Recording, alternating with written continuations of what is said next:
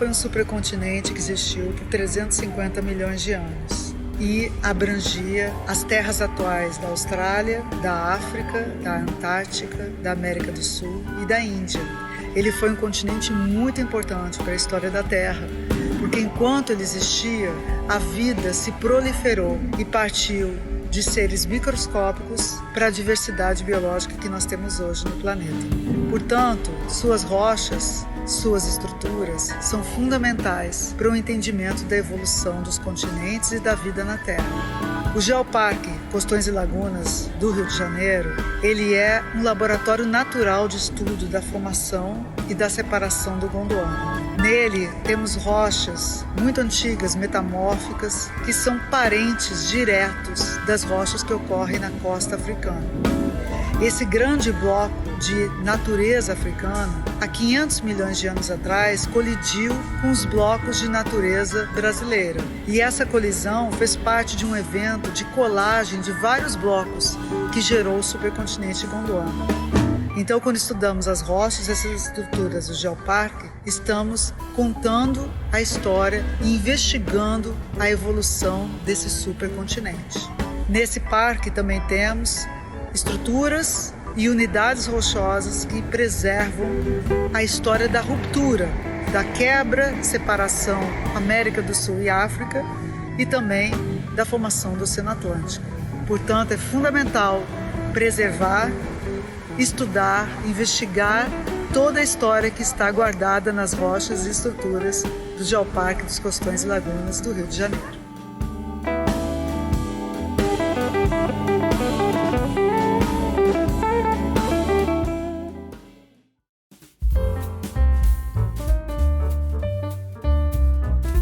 No interior do Rio de Janeiro, em quase todo lugar que a gente vai à praia, principalmente no norte do Rio de Janeiro, onde está o Geoparque Costões e Lagunas, toda vez que você olha para o interior, você vê ao fundo uma cadeia de montanhas bem alta, que a gente chama de região serrana fluminense.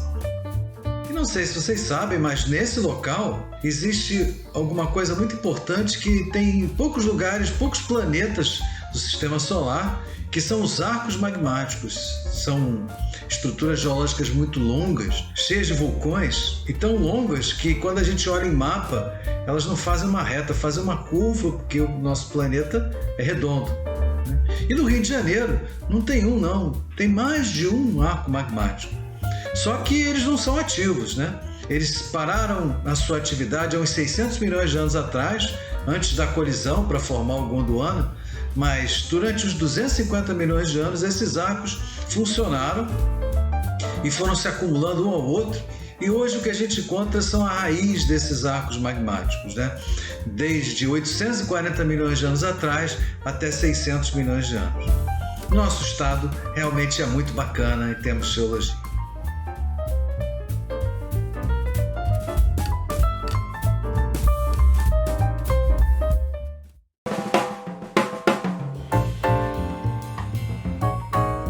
Olá a todos, eu sou Júlio Mendes, eu vou falar sobre o magmatismo granítico que ocorre na região do Geoparque, Costões e Lagoas do Rio de Janeiro. Esse magmatismo ele é presente em toda a região desse geoparque, né, desde aproximadamente Niterói até o centro-norte do Rio de Janeiro. Essas rochas, né, os granitos, ocorrem na forma de serras mais ou menos alongadas, orientadas mais ou menos nordeste-sudoeste e na forma de morros isolados. Os granitos são ocorrências que remetem à geração de magmas gerados por fusão da crosta, fusão de rochas da crosta terrestre. Esses magmas posteriormente subiram por fraquezas da própria crosta e se cristalizaram em uma determinada profundidade, gerando então os granitos. E esses granitos que a gente observa têm idades aproximadamente entre 570 e 480 milhões de anos. Eventos tectônicos posteriores, junto a processos de erosão, né, possibilitaram com que esses granitos que se cristalizaram em grandes profundidades viessem à superfície, né, aflorando da forma como a gente os vê hoje. Essas ocorrências tiveram um papel importante na definição do relevo dessa região, dando, portanto, uma conformação geomorfológica dessa porção do estado do Rio de Janeiro, e a disposição espacial desses corpos rochosos deve ter controlado e ainda talvez controle determinados mecanismos, né, que possibilitam, por exemplo, fenômenos de erosão diferencial, de intemperismo, portanto impacta a formação das feições naturais observadas nessa região do Geoparque de Costões e Lagoas. Portanto, esses maciços graníticos, eles são importantes para sustentar o relevo e são marcantes dentro da região estudada, dando assim relevância muito grande para as diferenças geomorfológicas observadas na região.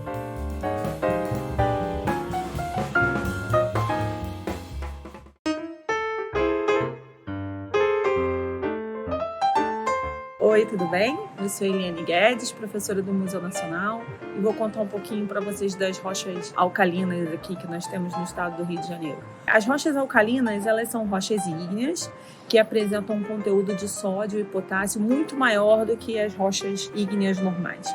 Por essa razão, elas acabam formando uma mineralogia totalmente diferente da mineralogia que a gente está acostumado a ver nas rochas ígneas. Menos de 1% das rochas ígneas no mundo são rochas alcalinas. E, por sorte, no nosso território, aqui no estado do Rio, nós temos 20% dessas rochas presentes, o que faz com que sejam áreas bastante estudadas, né?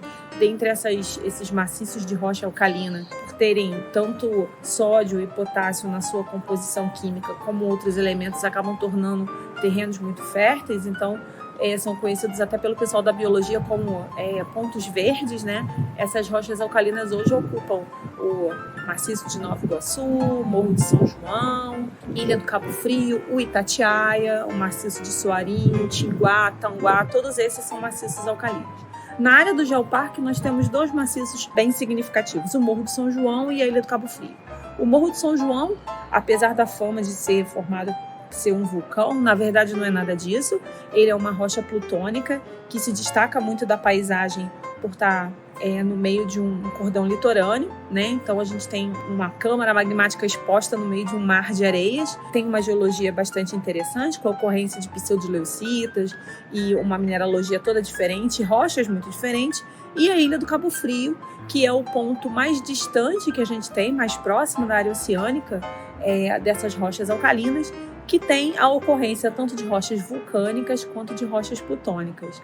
A Ilha do Cabo Frio, ela se torna uma região muito especial porque ela conta toda uma história geológica bastante completa, num pedacinho geográfico muito pequenininho. Desde 2012, o museu vem desenvolvendo pesquisas na ilha, a gente vem fazendo um mapeamento geológico e acrescentando novas informações para esse quebra-cabeça que são as rochas alcalinas.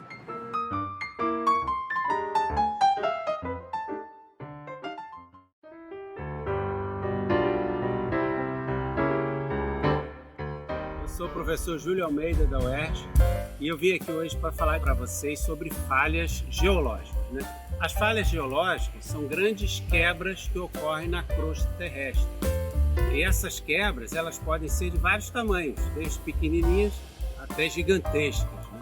Algumas afetam um continente inteiro. As falhas geológicas também fazem com que os blocos sejam movimentados de um lado e do outro dela, sendo que alguns ficam abaixados, afundados, e outros ficam levantados. Aqui estamos na ponta do Pai Vitória, em Búzios, no estado do Rio de Janeiro. E aqui aflora uma dessas falhas, a falha do Pai Vitória, que vocês podem ver seguindo essa crista que tem aqui nessa área vegetada com essa mata bem verde, que é a ponta do Pai Vitória, e ela vai para dentro do mar e aparece novamente lá atrás, no lado esquerdo daquela ilha que vocês estão vendo lá atrás, que é a Ilha Feia. Tá? Essa falha produz um material todo moído por causa do movimento, e esse material ele ficou preenchido de outros minerais que fazem com que ela resista e forme essa crista. Tá? Então, do lado esquerdo aqui de vocês é o bloco que foi afundado, que foi rebaixado, que se chama Graben de Barra de São João. E do lado direito aqui de vocês, em direção à cidade de Búzios, é onde o bloco brustal foi levantado. Então afloram rochas que estavam mais embaixo de que foram soerguidas. Esse é um dos melhores exemplos de falhas que afloram nas superfícies e que a gente pode visitar. Você, qualquer um, pode chegar aqui.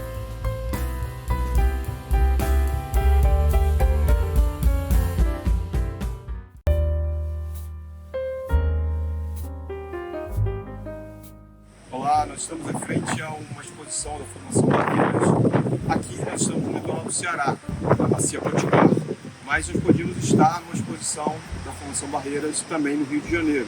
A Formação Barreiras é uma unidade estratigráfica que se estende desde o Amapá até o Rio de Janeiro e tem uma importância de um cenário muito particular de tabuleiros e falésias costeiras, que é um cenário também que a gente identifica no norte do Rio de Janeiro, desde Maricá até São Francisco da Vapoana, na divisa com o Espírito Santo. Essa unidade estratigráfica ela é assumida como de idade miocênica, ou seja, a partir de 23 milhões de anos, tá? Em torno de 23 milhões de anos, no início do Mioceno, 5 milhões de anos. E esse intervalo de tempo também é o que a gente usa como referência para as movimentações neotectônicas. Então, a Formação Barreiras, que muitos também tratam como Grupo Barreiras, ele atua como um marco geomorfológico, um cenário geomorfológico muito característico do litoral, e, por sua idade, um elemento balizador do que nós chamamos de movimentos neotectônicos, de neotectônica. Tem formação, como nesse afloramento que a gente vê, o segmento de formação barreiras deformados, indicando uma atuação neotectônica.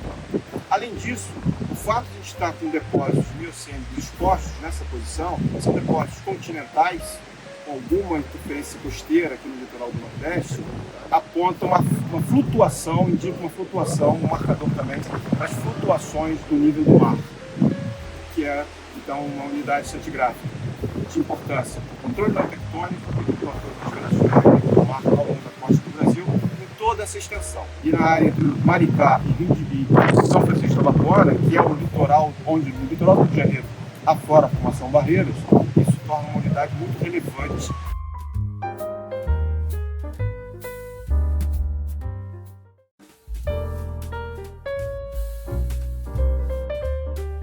Hoje eu vou falar para vocês um pouquinho sobre o Quaternário Costeiro do Geoparque Costões e Lagunas. O período quaternário, ele representa os últimos 2,6 milhões de anos da história da Terra. E uma das grandes características desse período quaternário são as oscilações climáticas. Então, ora o clima estava mais frio, caracterizando o período glacial, ora o clima estava mais quente, caracterizando o período interglacial. Essas diferenças climáticas, essas oscilações, elas causavam reflexos no nível médio do mar. Então, ora o nível do mar estava mais alto, ora o nível do mar estava bem mais baixo. E as planícies costeiras, por exemplo, que compõem os Geoparque Costões e Lagunas, eles nos ajudam a contar essa história, porque uma série de feições que compõem essas planícies, como as barreiras arenosas costeiras, que a gente também chama de cordões arenosos ou litorâneos, as dunas, as lagoas, os deltas, eles fornecem uma série de registros geológicos, geomorfológicos, que nos ajudam a contar essa historinha das oscilações do nível do mar. Então, por exemplo, quando a gente pega no litoral entre Maricá e Arraial do Cabo, que é conhecido como no litoral dos duplos cordões litorâneos, esses dois cordões, o mais interno e o mais externo, eles datam, o mais interno em torno de 120 mil anos e o mais externo, que é próximo à linha de costa, em torno de 5 mil anos, 5.500. E eles marcam que o nível do mar, estava próximo ao atual ou um pouco mais alto. Quando a gente, por exemplo, vai para o Parnajurubatiba, você tem uma planície costeira pleistocênica muito bem preservada, com idades em torno de 120 mil anos a 80 mil anos aproximadamente. Quando a gente vai, por exemplo, para o delta do Rio Paraíba do Sul, ele é formado por uma série de paleopraias, mais ou menos com uma extensão de 20 quilômetros. E essas paleopraias, que a gente também chama de pit reef, quando você data, você pode ajustar e contar essa historinha de como o nível do mar estava se comportando naquele momento. Então, nossos últimos trabalhos indicam que grande parte daquele delta, por exemplo, começou a se formar nos últimos 4.500 anos, aproximadamente, e à medida que o nível do mar estava baixando e à medida que o Rio Paraíba do Sul jogava bastante sedimento ali, que estava sendo retrabalhado por ondas, marés e correntes. Então, a gente considera que Todas as ações e medidas, né, que visem a geoconservação do Geoparque Costões e Lagunas são muito importantes, porque ali contém ainda uma série de registros, uma série de elementos geomorfológicos e geológicos que ainda podem ser explorados e vai nos ajudar a contar cada vez mais e melhor essa historinha de evolução da Terra, principalmente, né, do que seria esse período quaternário.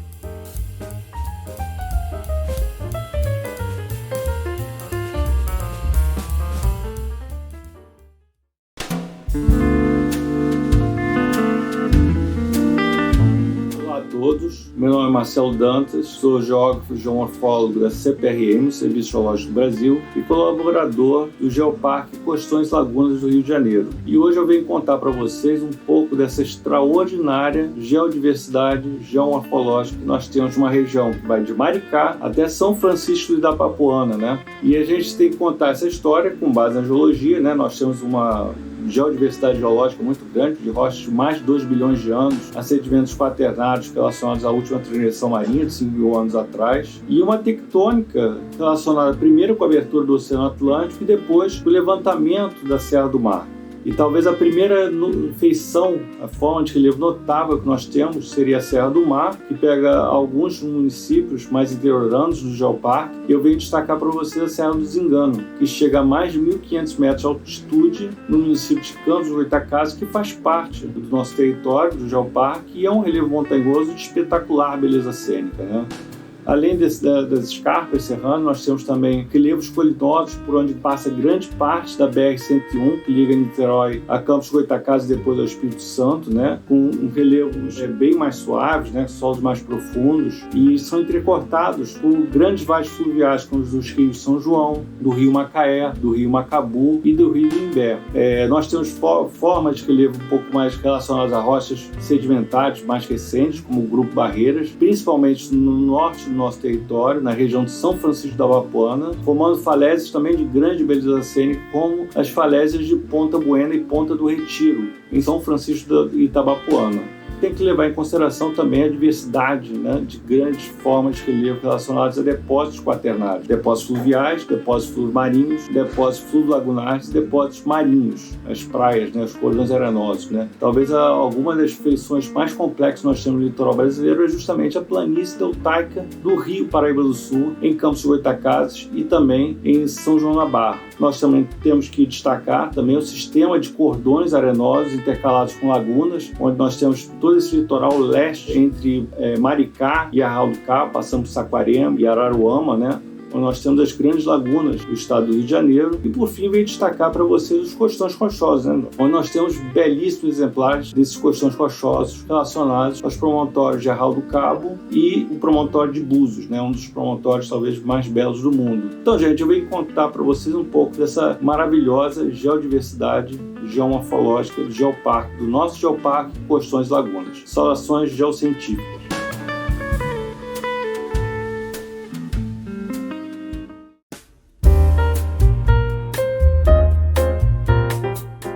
O Beach Rock de Jaconé passou a se revestir de uma importância internacional a partir do momento em que se soube da passagem de Charles Darwin, no dia 9 de abril de 1832, pela praia de Manitiba, onde ele apeou do cavalo e coletou, né, algo que ele tinha observado na areia branca da praia. Ele coletou aquela rocha, observou que ela era muito parecida, inclusive, com a areia da praia, olhou com a sua lupa, escreveu na caderneta que encontrou um arenito com conchas. Depois, ninguém mais falou do Beach Rock de Jaconé. Até que foram descobertos fragmentos desse beach rock nos sambaquis de Saquarema, trazidos pelos sambaquieiros que provavelmente coletavam mariscos no beach rock de Jaconé e tinham uma grande importância para eles, né, ou para alguns deles que coletavam, que tinham essa função de coletar mariscos e que foram sepultados naqueles sambaquis, acompanhados de um fragmento do beach rock que eles tanto frequentavam. O beach rock ele tem uma importância muito grande por conta da sua posição pouco abaixo do nível do mar atual e que foi datado há mais ou menos uns 10, 11 anos atrás pelo radiocarbono, as conchas datadas de 8.000 anos e o cimento datado de 6.000 anos, ou seja, mostra para a gente que há 8.000 anos atrás a praia, o nível do mar estava um pouquinho abaixo do atual, naquela subida que aconteceu após o fim da glaciação, né? O nível do mar veio subindo até alcançar, no máximo transgressivo do Holoceno, mais ou menos 2-3 metros acima do atual há 5.000 anos.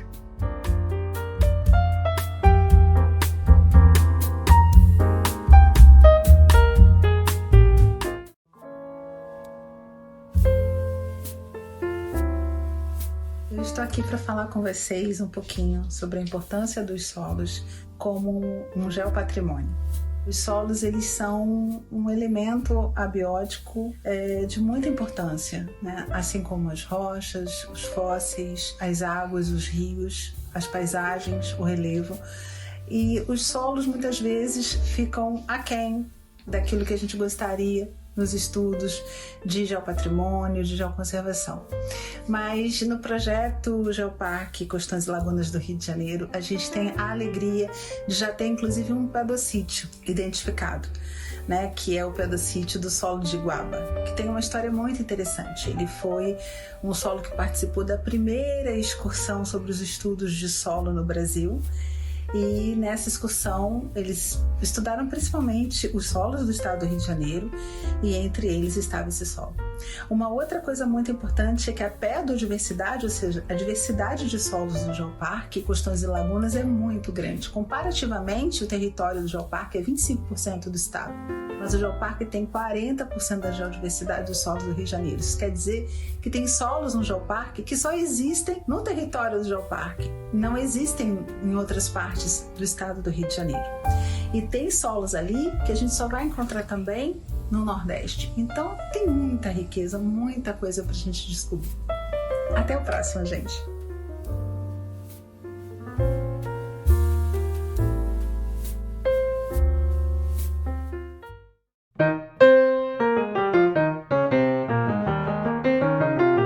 Olá, meu nome é Kátia Barbosa e eu sou professora do Departamento de Geoquímica da Universidade Federal Fluminense. Hoje eu venho falar do fenômeno de ressurgência que afeta toda a região litorânea do Geoparque Costões e Lagunas do Rio. Essa ressurgência de águas frias da água central do Atlântico Sul sobe a plataforma de Cabo Frio devido à mudança de orientação na linha de costa. Isso vai afetar não só a biodiversidade local, como todos os padrões de sedimentação regional. Essa mudança na orientação da linha de costa favorece os giros nas correntes oceânicas, que afastam as águas quentes da corrente do Brasil e fazem aflorar essa água central do Atlântico Sul.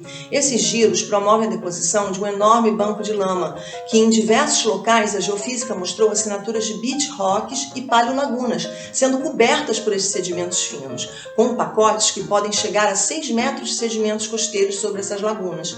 As variações do nível do mar condicionaram os depósitos desde o último máximo glacial, de uns 20.000 anos até uns 3.000 anos antes do presente. De lá para cá, os registros mostram uma produtividade bastante semelhante à atual. E uma coisa curiosa é que esses sedimentos desse banco de lama são subóxicos e ocorrem processos de sulfato-redução, que são processos mediados por bactérias que utilizam sulfato da água do mar como agente oxidante, reduzindo a sulfeto. Esse mesmo processo ocorre dentro das lagoas costeiras, como a Vermelha e a Brejo do Espinho, no Parque Estadual Costa do Sol. Na plataforma, esse processo de sulfato-redução precipita a pirita como o mineral mais estável do enxofre, em diferentes graus de cristalização.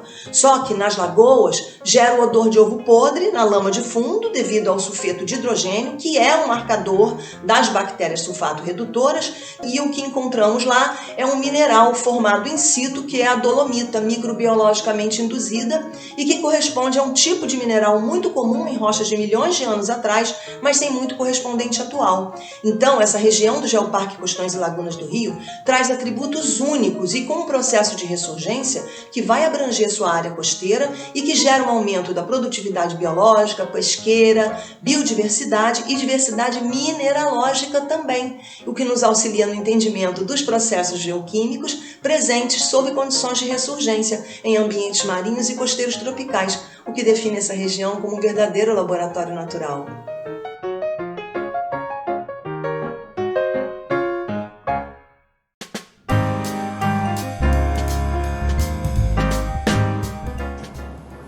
Saudações a todos. Hoje eu gostaria de fazer algumas considerações sobre o registro de vida mais antigo que encontramos na superfície do nosso planeta. Eles são os estromatolitos, que datam desde 3,5 bilhões de anos. O estromatolito é um ecossistema mínimo que ainda hoje é encontrado em funcionamento em alguns ambientes modernos, específicos, os ambientes extremos. Então, a ocorrência desse cenário moderno é importantíssimo, porque com eles podemos obter informações que vão nos ajudar a compreender os mecanismos relacionados com os processos biológicos primitivos, o que é importante para se entender a origem e evolução da vida no nosso planeta. Além desse fato, estudando os estromatolitos, podemos definir critérios de sustentabilidade para a sociedade moderna, porque esses ecossistemas foram resilientes desde o planeta primitivo até o presente.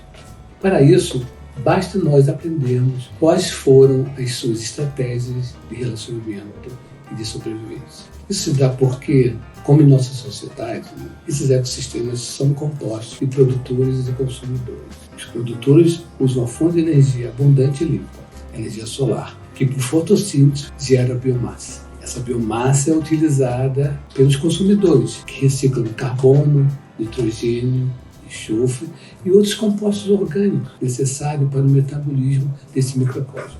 Do mais, há uma precipitação de minerais devido a esse metabolismo, como carbonatos, calcita, dolomita ou aragonita, que atua como sustentação física desse microcosmo, que é de vital importância para a evolução e desenvolvimento da comunidade microbiana que os compõe.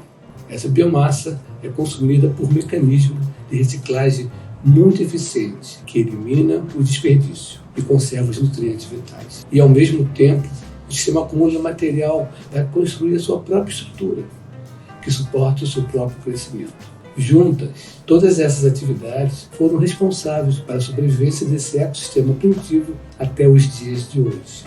Como mencionei, essa estratégia de uso de fonte de energia limpa e abundante, mais reciclagem, vem sendo utilizada com sucesso durante todo o tempo geológico, e só agora estamos implantando. Outro exemplo de evolução dessa estratégia pode ser encontrado no Recife de Corais, que, como os estromatolitos, usam energia solar e processos simbióticos, produzem biomassa e uma estrutura carbonática, que funciona como suporte e abrigo para mais de 25% de toda a vida marinha. Então, essa é a mensagem que eu queria deixar para vocês e que devemos continuar entendendo, estudando, entendendo como esses ecossistemas funcionam.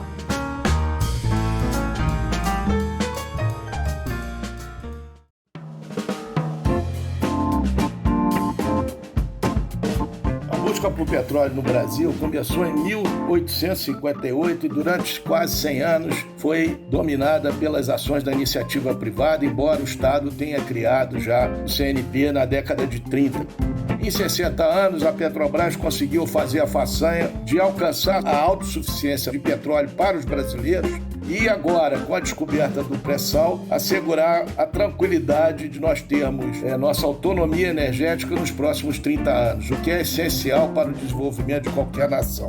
Esse processo, do ponto de vista geológico, se fez primeiro com pesquisas nas bacias interiores, principalmente no início até no Amazonas, depois na parte mais marginal das bacias terrestres, no Nordeste, onde foram descobertos os primeiros campos. Em seguida se foi para águas rasas, descobrindo Guaricema, e mais adiante para águas profundas, onde a gente teve um grande sucesso, principalmente na bacia de Campos, onde se descobre os primeiros campos gigantes da Petrobras e dá uma segurança enorme a partir da década de 80 para não só garantir esse insumo, como também desenvolver todo um ferramental e uma logística de produção inédita no mundo. Agora, com o pré-sal, o desafio de ir mais profundo, descobrir algo que ninguém descobriu, nós fomos no pré-sal e superamos a tarefa de perfurar 2.000 metros de sal, que é uma coisa que poucas empresas tinham coragem de fazer no mundo.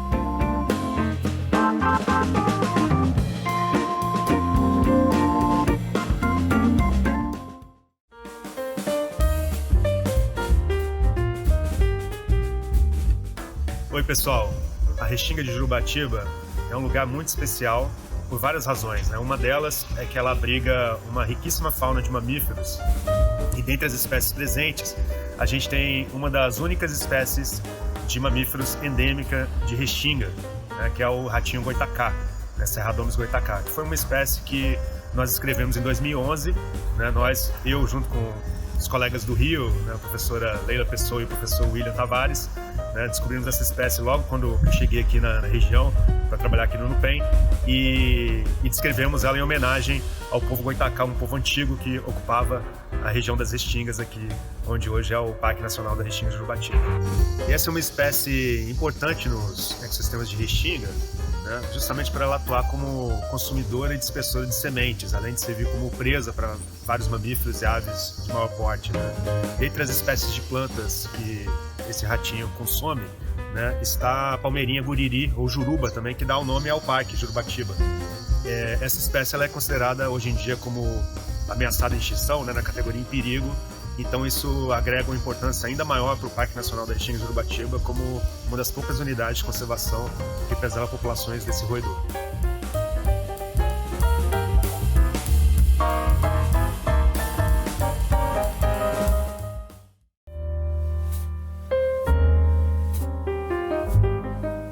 Olá, eu sou Elizabeth Franco, bióloga, professora e condutora ambiental no Parque Estadual da Costa do Sol e realizo uma pesquisa com vários registros da biodiversidade em áreas situadas no Geoparque e pude perceber a importância de registrar a ave e fauna. Não somente a riqueza das espécies, mas também a quantidade de indivíduos por espécie, mostrando a diversidade dessa riqueza, né, no local.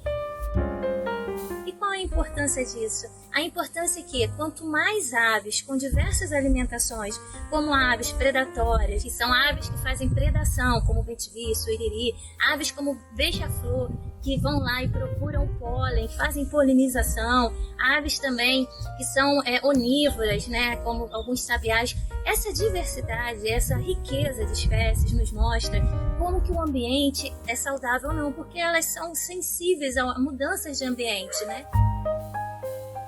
Então elas são consideradas ótimas bioindicadoras do ambiente. E no Geoparque eu pude perceber uma ótima riqueza e uma ótima diversidade em vários pontos do Geoparque, principalmente em algumas áreas urbanizadas também. Porque a área urbanizada que tem a presença dessas aves em áreas que tem o Geoparque, essas aves estão mostrando que ali tem uma complexidade maior de riqueza em questão de cadeia alimentar, que vai formar uma teia alimentar, porque quanto mais espécies que se alimentam de forma diferente, maior é a cadeia alimentar, formando uma teia alimentar, indicando que existem outras espécies de biodiversidade ali, de acordo com essa forma de alimentação. Então, e você? Já registrou, já observou as aves da sua região? Procure conservar, porque conservando essas aves, a gente protegendo, a gente também está protegendo o nosso local, o ambiente. Ok? Um abraço e até a próxima!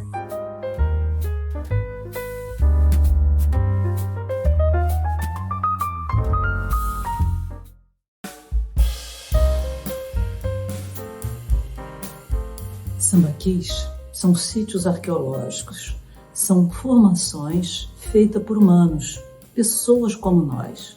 Eles ocorrem ao longo da costa e na região sul atingem dimensões razoáveis. São montículos que têm 30, 40, 50, um pouco mais de pacote arqueológico e foram construídos ao longo de décadas, séculos.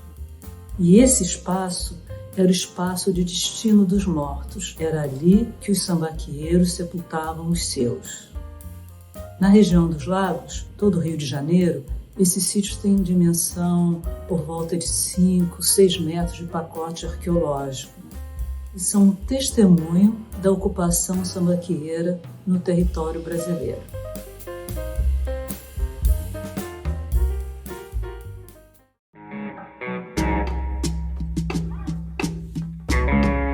Olá, hoje nós vamos falar um pouquinho sobre a relação dos europeus com os povos originários no espaço que compreende o Geoparque, Costões e Lagunas. É muito difícil recortar um momento dessa relação, mas eu gostaria de chamar a atenção e destacar como a questão fundiária está diretamente relacionada à questão também de mão de obra. A presença indígena e, sobretudo, a presença dos aldeamentos indígenas é extremamente importante para a garantia, dentro desse processo de colonização, desse processo de conquista dos portugueses, para a conquista e a permanência desses europeus, desses portugueses no território. Em especial a partir da vitória dos portugueses com a fundação da cidade do Rio de Janeiro, em 1565, quando eles expulsam os franceses da França Antártica, lá na Baía de Guanabara. Nesse momento, então, se começa a fundar, no que viria a ser o estado do Rio de Janeiro, vários aldeamentos indígenas, e na nossa região, que compreende o parque, queria destacar 4 aldeamentos que foram criados, né? No primeiro momento, no litoral, com São Pedro da Aldeia, São Pedro de Cabo Frio,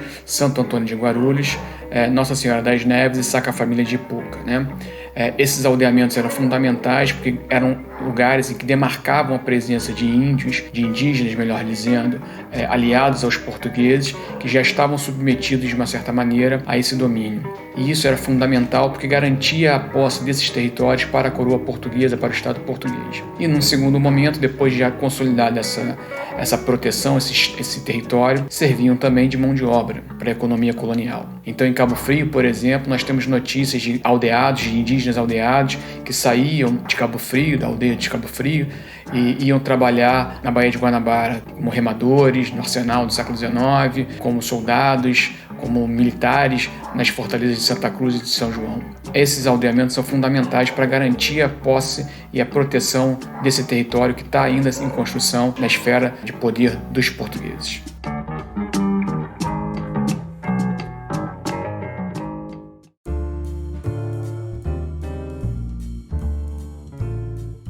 Ivo Barreto, sou arquiteto. Estou aqui para falar com vocês sobre uma outra colaboração do nosso geoparque, um patrimônio arquitetônico muito rico. Nós temos aqui desde exemplares do século XVII, que remontam o surgimento da cidade de Cabo Frio, passando por exemplares do eclético, passando por exemplares do neoclássico e vamos até exemplares do modernismo e de uma participação muito importante na formulação da cidade e na formulação desse acervo já no século XX.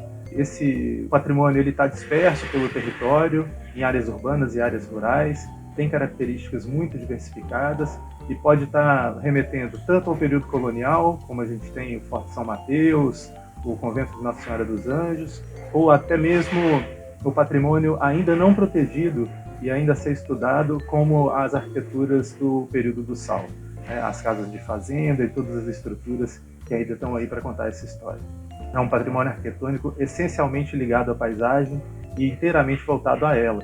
Então acho que essa é a grande diferença do patrimônio arquitetônico que nós temos aqui, ainda muito vivo, ainda muito presente e que está aí para contar e ajudar a contar essa história.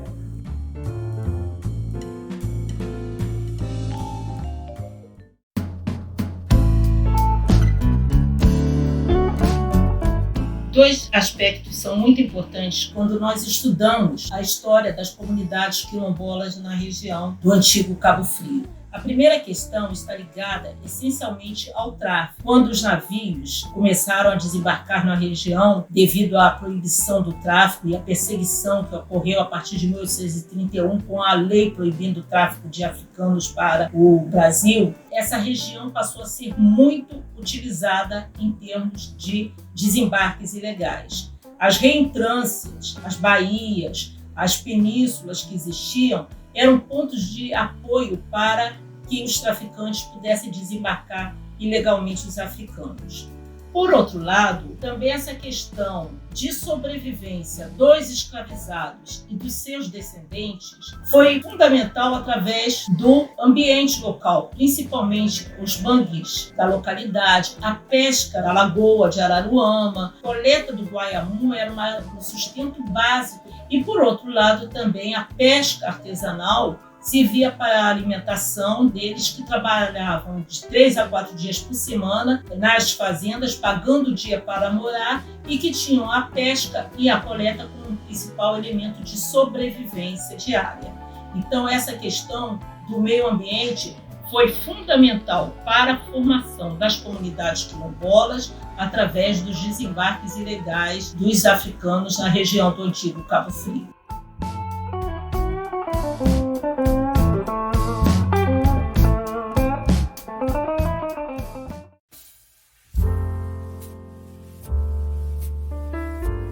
Eu sou Elizabeth Fernandes Teixeira, sou liderança da comunidade quilombola de Baía Formosa, sou diretora de cultura da Aquilerge e fui a presidente que fez uma organização dentro da nossa comunidade, né? Então, pensando nisso, nós começamos a pensar de que forma nós podíamos dar visibilidade à comunidade quilombola de Baía Formosa, né? Porque quando a gente fala de lutar pela terra, que é o que nós estamos lutando para retornar para a terra onde que nós fomos expulsos, e a outra parte já está dentro do seu território. Então, nós estamos lutando para ter o relatório antropológico e também a titulação da terra. E dentro disso, nós pensamos como que iria trazer mais visibilidade, mais engajamento das pessoas, né, com a nossa luta. Daí nós pensamos o turismo, que é o turismo étnico, ele é um turismo cultural, onde nós falamos da história do povo que veio da África e foi escravizado aqui no Brasil. E aqui na Maçã dos Búzios não é diferente. Aqui na Maçã dos Búzios tem 2 comunidades, quilombola, Rasa e Baía Formosa. E também aqui teve uma pessoa, né, que se chama José Gonçalves, que traficava as pessoas para cá. E daí nós vimos a importância de estarmos dando visibilidade a esse movimento. Foi quando nós pensamos no turismo étnico ecológico. É um turismo cultural e dentro do turismo nós pensamos também na gastronomia, porque é uma história, tem vivência. Então nós juntamos, né, o turismo, nosso roteiro, nós passamos aonde tem a ver com o caminho dos escravos. Armação também, Ponta do Pai Vitório, e daí Mangue de Pedra, Fazenda Campos Novos e o próprio Quilombo de Baía Formosa. Então, daí nós fazemos esse roteiro, falamos das plantas, das nascentes, da importância, né, da gente preservar e cuidar disso, né, cuidar da terra. E dentro disso, nós pensamos também, colocamos a cozinha, né, é a cozinha quilombola, chamamos assim, porque é uma coisa mais próxima de cada um. Quando uma pessoa vem à nossa comunidade e que ele faz esse passeio, que são um circuito, né? Daí ele vem na cozinha, no final, meio-dia, 1h por aí, ele vai almoçar. Então nós temos aqui vários pratos e sempre nós fazemos um resgate ou uma releitura de algo que era do passado para trazer para o presente.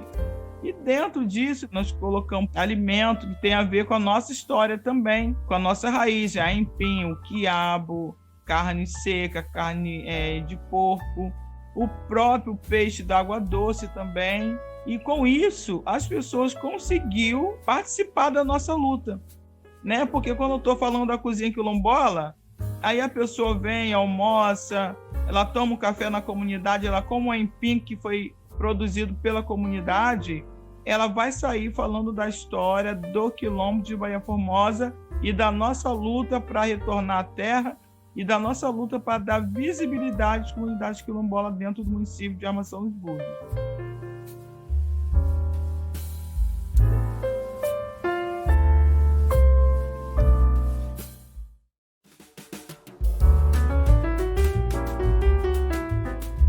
Bom, de 2021 a 2030 a gente está vivendo, né, a década da ciência oceânica para o desenvolvimento sustentável, conhecida como a década do oceano. E tem uma série de questões relacionadas a esse conceito, né, da década do oceano, que passa por a gente querer chegar em 2030 com um oceano limpo, um oceano saudável, resiliente, seguro, previsível, produtivo e conhecido e valorizado por todos e todas.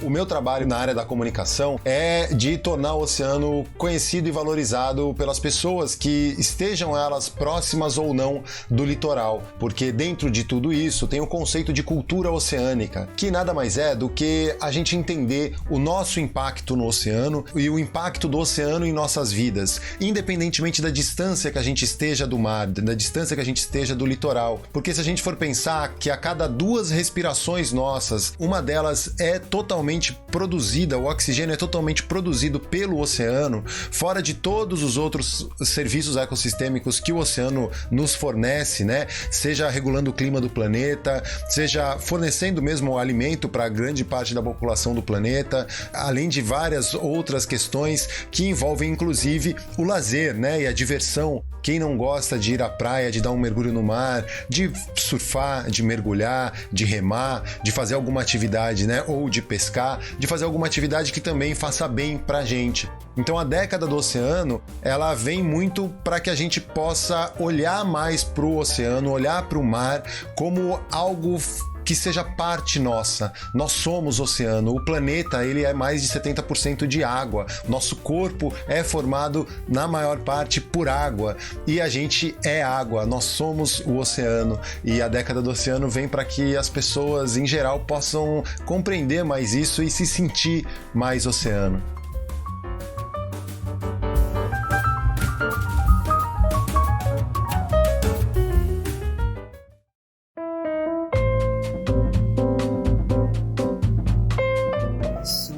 E filho de pescadores de Armação dos Búzios. A importância social e cultural das marisqueiras, né?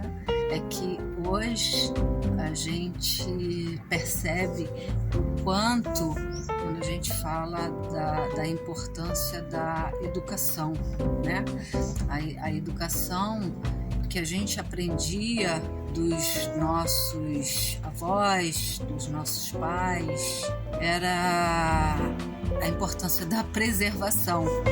Quando a gente iria pegar um siri, pegar, né, uma santola, e aí a gente já fazia toda aquela isca, aquele amarrado para botar nas pedras para poder pegar, né, que é uma forma da gente de alimento.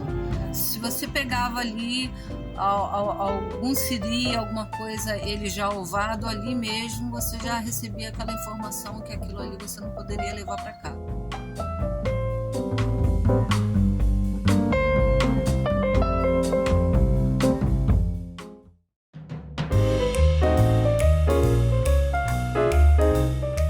Eu sou Selma de Oliveira Gonçalves, presidente das Marisqueiras da Rasa, moro em Armação dos Búzios.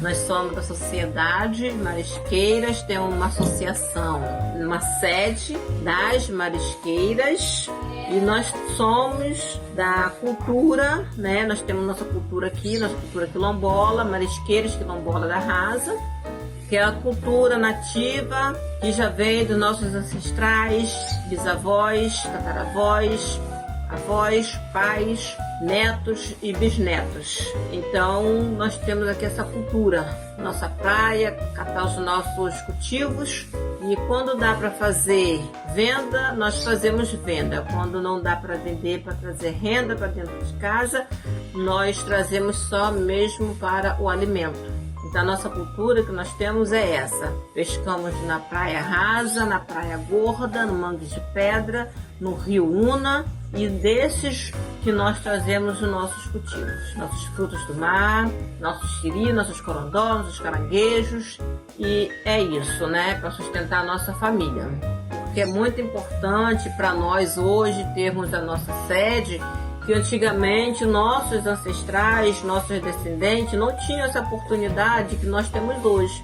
Hoje nós temos uma oportunidade de termos aqui a nossa sede, de poder colher o nosso cultivo e ter aonde fazer o nosso cultivo. Antigamente nossos ancestrais não tinham essa oportunidade.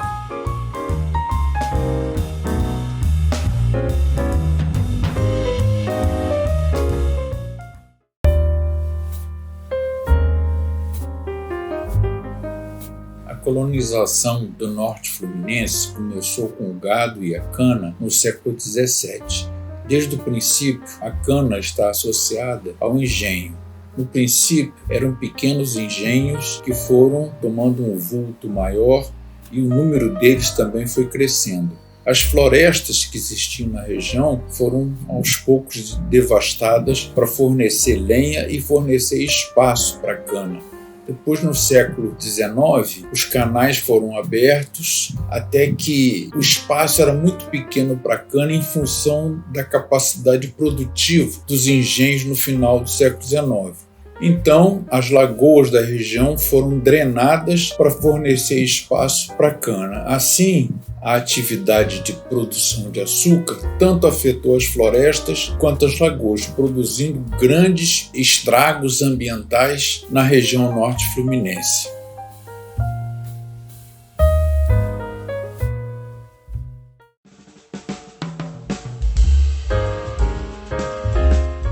Olá pessoal, me chamo William Ferreira, sou atual administrador aqui do Salinas Shopping, aqui em Praia Seca, Araruama, no Rio de Janeiro. Estamos localizados aqui na APA de Maçambaba e nos limites do Parque Estadual Costa do Sol. Acreditamos que é de extrema importância para o desenvolvimento econômico e turístico do município a preservação ambiental e o cuidado com as nossas riquezas culturais. Nesse sentido, vem ao nosso encontro o projeto Geoparque Costões e Lagunas, aqui do Rio, que muito acrescenta e nos orienta no sentido do conhecimento e da visibilidade internacional. Para nós empresários e comerciantes, agregar valor aos negócios, principalmente no que tange o meio ambiente, nos ajuda a vender a sustentabilidade e a realizar o turismo sustentável, valorizando ainda mais toda a cadeia de serviços da região e atraindo a cultura da conscientização e preservação. Ficamos muito gratos ao projeto e seus idealizadores e acreditamos na consolidação do projeto Geoparque. Nós apoiamos o projeto Geoparque Costões e Lagunas do Rio de Janeiro. Obrigado.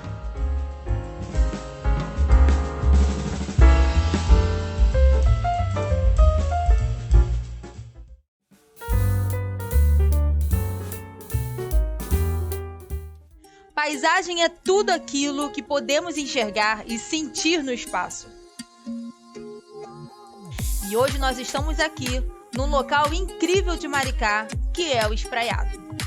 Lugar de montanhas belíssimas, numa área natural protegida com um alto potencial turístico. E um dos segmentos que mais vem crescendo é o geoturismo, estimulado pelo poder público municipal, pois colabora de forma eficiente na conservação de nossa geodiversidade, pois nós só preservamos aquilo que conhecemos. Aqui no Espraiado temos um projeto que une natureza, conservação, história, gastronomia, cultura. É o Espraiado de Portas Abertas, realizado bimestralmente, atraindo centenas de visitantes durante o evento. Vamos apresentar os trabalhos de artesanato inspirados nessa paisagem. As tapeçarias do Espraiado dedicam-se a uma tradição de quase um século, criada por um dos nomes mais importantes da tapeçaria brasileira, Madeleine Ribeiro Colasso, o bordado chamado de ponto brasileiro. A parceria da Prefeitura de Maricá está consolidada através de várias realizações em parceria com o Geoparque Costões e Lagunas e, neste ano de 2022, contamos com a equipe do Geoparque para realizar em Maricá uma Geodia, para compartilharem conhecimentos sobre geociências em locais com relevância científica, educativa e turística.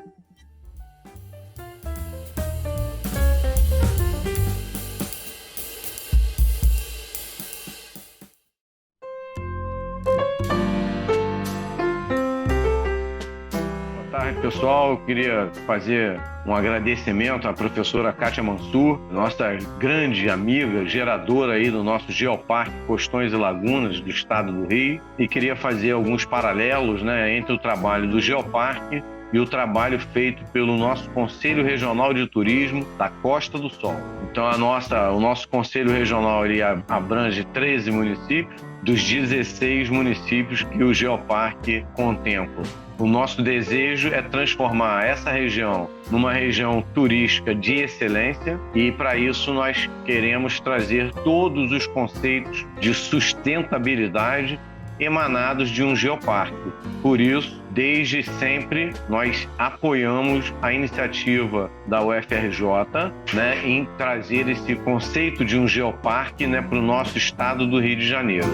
Estamos trabalhando também com muita dedicação para comemorar esse ano o Rio mais 30 anos após a Rio 92, onde nós tivemos a oportunidade de trazer conceitos, né, de sustentabilidade para o ambiente, para as pessoas e discutir as 17 ODS, né, da Unesco, e também estamos caminhando aqui a passos largos de implantar as principais nas 13 cidades constantes da Costa do Sol aqui no estado do Rio de Janeiro.